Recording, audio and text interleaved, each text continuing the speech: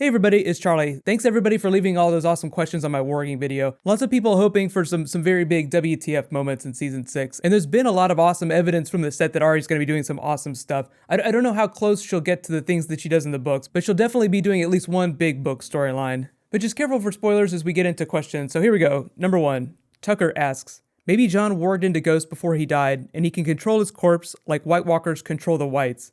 So, just to clear up how warging works or skin changing works, if someone's skin changes into someone else or to an animal, eventually that animal's consciousness will take over. If the original host body dies, like if Jon's body really did die, then he would cease to be Jon after a certain period of time. Like he wouldn't exist anymore. So I don't think that the show would do something like that.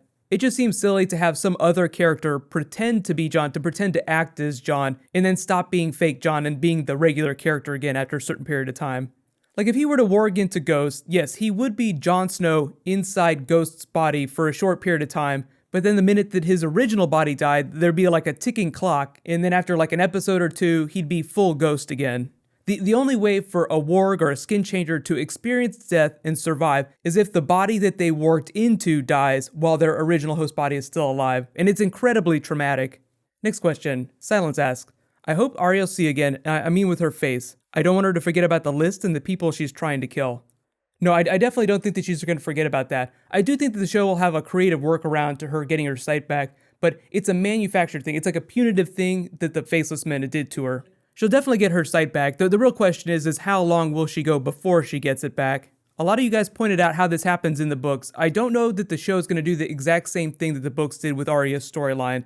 Like I said in last night's video, I think that they'll be doing the Mercy chapter that George R. R. Martin posted online, or it's not a full chapter, it's just an excerpt, but it's from Winds of Winter. Beyond that, I don't know how close she'll get to the books. If you want to read the books, just read Dance with Dragons. It'll tell you exactly what everyone's talking about when they talk about Arya seeing again, quote unquote. Next question, Hannah asks, is the Iron Bank ever going to become a significant part of the storyline, or one of the storylines? So you're saying, will they ever be on screen for more than one episode? Like, they were really just a small part of Season 5. Yes, I definitely think that'll come back to haunt the crown at a certain point. In the books, the Iron Bank is just a much bigger presence. There are more characters associated with the Iron Bank storyline. Stannis has to keep getting loans, but remember, Stannis is still alive in the books. So it seems like most of the Iron Bank storyline on the show will be tied to the crown and its debts. But you remember the whole reason that Mace Tyrell went to Braavos was to get an extension on the loan, or just to get more favorable terms. So it seems like they're just kind of pushing them off into the distance for a lot of Season 6. I'm not expecting a ton of Iron Bank stuff in Season 6.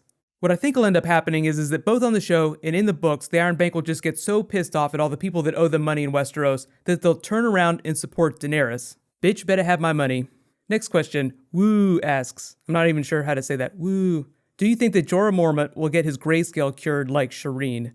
I'm actually kind of hoping that he doesn't. I want him to be a tragic hero, like someone who tries to redeem himself but knows that he's going to die, so he tries to help out anyway. If there was ever anything the show could do to punch you in the feels, it would be to have Jorah Mormont do something really heroic knowing that he's going to die.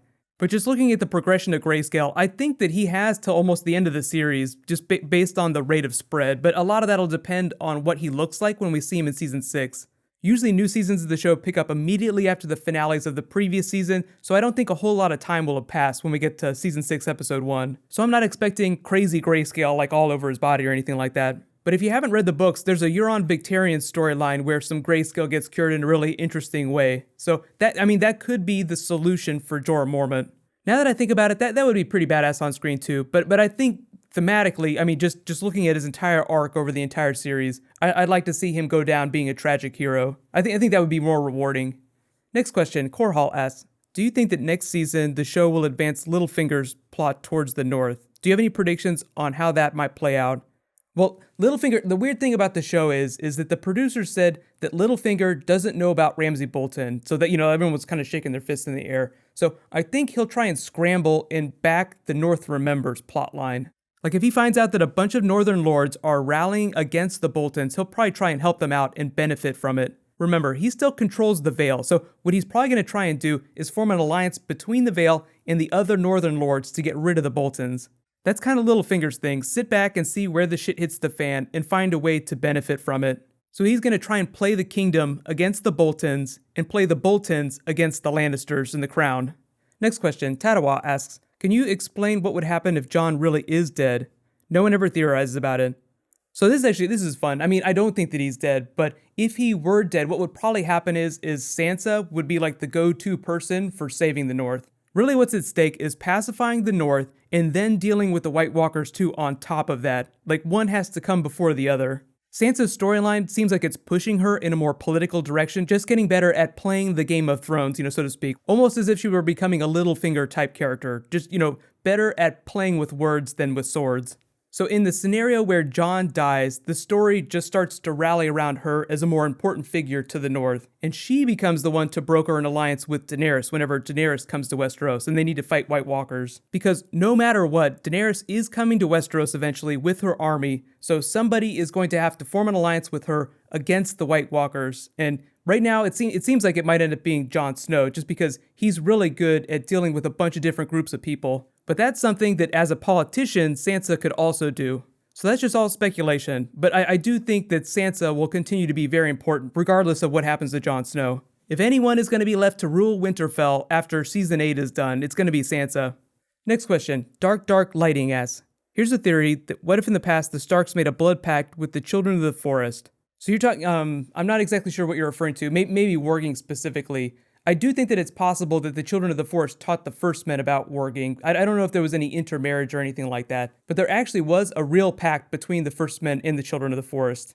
The thing is they had their own war before the Andals invaded, so eventually they reached a truce, the Children of the Forest retreated to the forest, the First Men took the rest of Westeros, and that was all before the Andals invaded, and then the Andals and the First Men had their own war. Next question, Riley asks, I'd like to see a bonus video about Dothraki origins. Well, we know a little bit about their origins from World of Ice and Fire. If you haven't read that book, it's actually pretty cool. Their ancestors migrated from this huge mountain range in the Far East. So what happened is way over here in what's called the Bone Mountains, their ancestors ended up leaving, migrating into what became the Dothraki Sea, and eventually they grew to the migratory culture that they have right now. There isn't a super precise timeline on when that all happened, but it did happen a long time before the rise and doom of Valyria. You have to remember that ET over here, like in the Far East, some of these Far Eastern cultures were huge way before the Valyrians ever domesticated dragons. Next question, Sophia asks, any thoughts on the casting for the new Euron Greyjoy? The guy that they chose was not what I expected. Yeah, he definitely, he's not a very well-known international actor, but in Europe, he's actually a pretty big deal. I'm not super familiar with his work, but I totally trust the Game of Thrones casting directors. They actually just cast Richard E. Grant too. There's still a couple big characters that they're casting, so we don't know who he's playing yet. But they have crazy money to get awesome actors, and because they only film 10 episodes a year, it's a lot easier to get some of the bigger actors that do a lot of film work. I've already spent so much time talking about Euron Greyjoy that I really didn't think I needed to do a new video on him. I do think we'll see a small version of the Kingsmoot, but I think a lot of people saw the actor that they cast and they're like, oh, well, since this isn't like the biggest actor in the history of the universe, does that mean that Euron Greyjoy's storyline isn't as big as we think it's going to be in the books? All I'll say is that Euron is a very important character, but I don't think that there are any characters on the show right now that they'll cast that will be more important than the original main cast from season 1. Like, look at the characters that we meet in the pilot. These are going to be the most important characters in the series finale, or at least the ones that survive to the series finale. So even if the Game of Thrones casting director resurrects Laurence Olivier's corpse and casts him as a huge character like Rhaegar Targaryen or someone like that on the TV show, he's not going to be more important than the cast from the pilot. Typically, that's the way a lot of narratives work. It's just you meet all the most important people in the first book, in the first episode. It lays all the groundwork that you need to theorize about how the story's going to end. So I am really excited about Euron Greyjoy, but no, I don't think that he's going to be more important than Arya Stark or Sansa or Jon Snow or any of the Lannisters. Next question, My One Room Disco asks, do you think the Children of the Forest played a role in the creation of the White Walkers? That's a really interesting thought. Based on the way that they reproduce, it seems like their creation was an unnatural thing, like they're a man-made phenomenon. The weird thing about them is that George R. R. Martin has said that he doesn't know if they have a culture yet, like as if he hasn't written it yet. And if you weren't sure, obviously he has a lot of ideas about how he wants the story to end, but he does make up a lot of things as he goes along. What I'd like to see is that their culture just evolved naturally over time, but they lost the ability to reproduce. As far as we know, they're every bit as old as the Children of the Forest, but there's just so much we don't know about the history of the world that it's hard to speculate, so I think we'll have to wait till after Wind's a Winter. That's actually a good question to end on for you guys. How do you think that the White Walkers culture evolved? Like, where did they come from, and how did they lose the ability to reproduce? Or did they ever have the ability to reproduce? There had to have been a first White Walker at some point, or a more normal humanoid that was twisted by magic. But thank you so much, everyone, for submitting questions. These are always a ton of fun to do. There is new Walking Dead next week, so there will be more Walking Dead next Sunday. It was just on break for Labor Day this week. Congratulations to this week's giveaway winner, Underappreciated Ice Bear. You win a $20 Amazon gift card. Just be sure to message me on the back end of my channel so I can get your contact info. Ice Bear, maybe you can tell us how the White Walkers got started.